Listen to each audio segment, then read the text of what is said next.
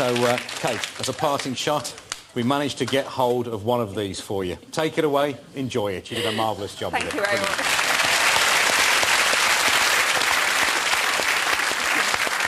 You've helped give us 12 unforgettable weeks, Kate. Here are your highlights. Hi everyone, gather round. My name is Kate and I'm a business development manager. I'm playing the guitar. Drop dead, gorgeous. I'm definitely not just a pretty face. I'm loud, I'm confident, and I always strive to be the best. Yay! If you don't rate yourself, then nobody else will. Right, 5 minutes. Kate is extremely professional and a pleasure to be around.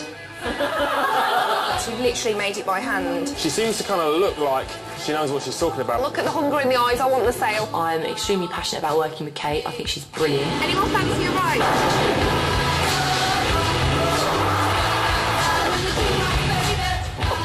Very, very smart girl and very down to earth. I think she's going to go all the way. Ladies and gentlemen, the runner-up, Kate Walsh.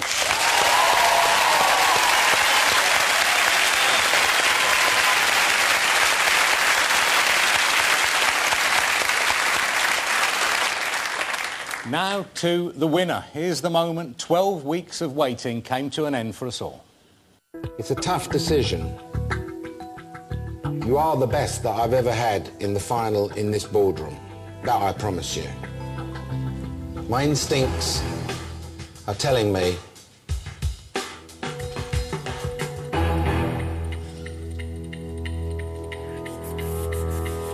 Yasmina, you're hired. Amazing, thank you. You won't regret it. I'm going to be the best apprentice ever. Thank you very much. Please welcome the winner of The Apprentice 2009, Yasmina Siadatan.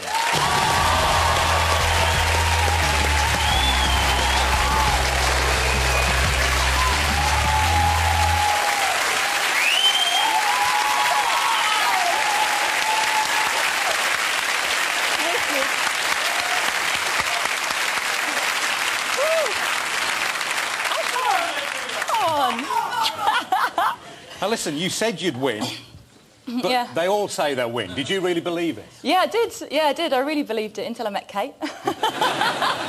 And yeah. when did the doubt creep in? You must have had doubts along the way, surely. You wouldn't be human otherwise. Yeah, well, when we had the sandalwood and cedarwood task, that was the first time that I thought I was going to be fired. It was a horrible moment, the moment that Nick came in and said, "You've completely overspent." And poor Paula, she sort of looked at me and Ben and she was like, "Guys, it was your fault." Yeah. And my heart just disappeared. And I thought, that's it, I'm in the boardroom and it's every possibility I'm going to get fired. It was horrible. I did say earlier about your focus. Look at the focus on your face here. It's quite terrifying.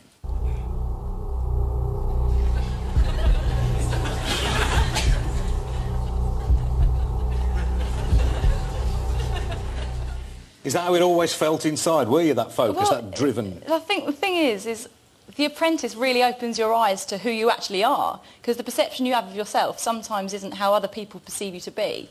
And I always thought I was quite a fun-loving, quite relaxed, quite chilled-out person. Did you? And then week by week, every Wednesday, I'm like, oh my God, I'm so serious and I'm so driven and I'm so sort of focused. And I didn't think I was like that, but I am, clearly. Well, listen, you're obviously a star. The other 14 candidates are stars too, Yeah. as are Nick and Margaret, but it's time we welcome the real star of The Apprentice, Sir Alan, soon to be Lord Sugar.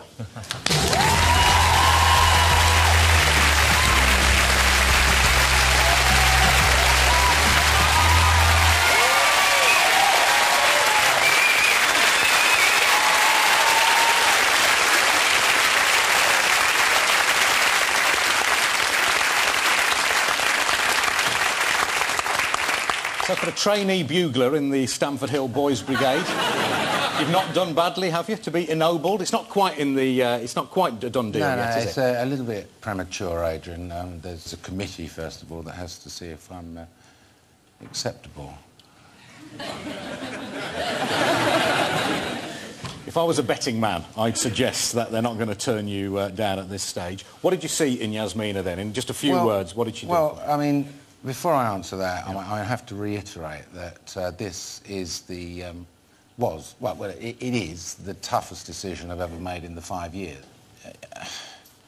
you know, it's difficult for me, and I feel for Kate, you know, here in you asking me that question, because I don't want this to be a kind of a downer on her. But, you know, I felt that Yasmina seems to have that kind of real business instinct, not just in sales or anything like that, but has kind of like a little bit innovative and understands the plot of where we're going.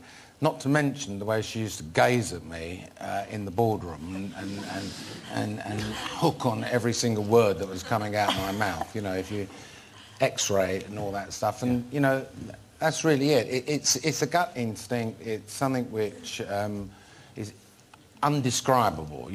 I can't explain it. It's kind of like when people ask me that horrible question, what is an entrepreneur? And I feel like whacking them, because you know, you just can't explain it, and it's that kind of instinctive thing. So what would you say to Kate now? Well, I've said to Kate, she's got nothing to worry about. She's a very bright young lady, as well as being a very beautiful looking young lady also. I'm not worried about her at all. She's fine, and she knows that well, she knows that I'm a 24/7 person, and she's got my phone number, my email and everything, and I've told her that any time she wants to call me for any advice or anything like that, she's welcome to.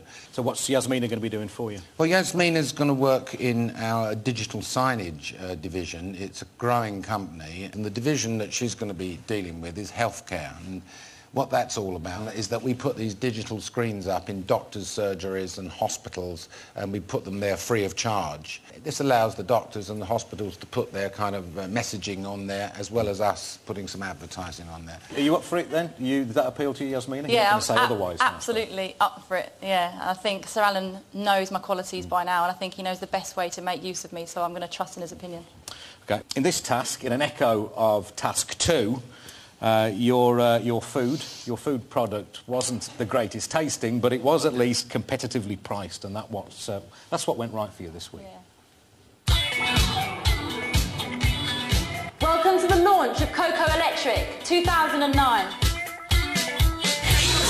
Yasmina, you were on the money in the financials. It needs to be commercially viable, coming in at around sort of £5 for a box. You were on the money with the, you know, the packaging, in my opinion. Oh, lovely. That's really clever. The advertising, a little bit cheesy.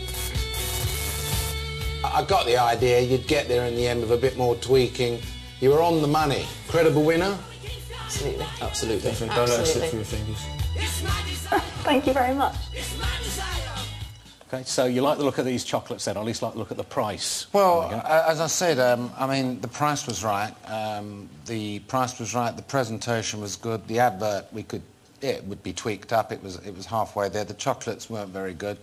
But, you know, I think James said it in one of his very rare, clear statements. And what he said was, we didn't have the time, really, to kind of articulate the cooking of the chocolates. Yeah, the yes, cooking, yes, yeah. OK. The preparation of the chocolates. And the cruel, hard facts, commercial facts are that you know, they had 2 days to make this thing, right? The proposition in headline points is price, packaging, presentation and adverts. And, you know, almost really the chocolate thing is, yeah, we'll get that right. And that's how a commercial organisation would go about something. They would say, it's blatantly obvious that one day, if we do put these chocolates on the market, they've got to taste right.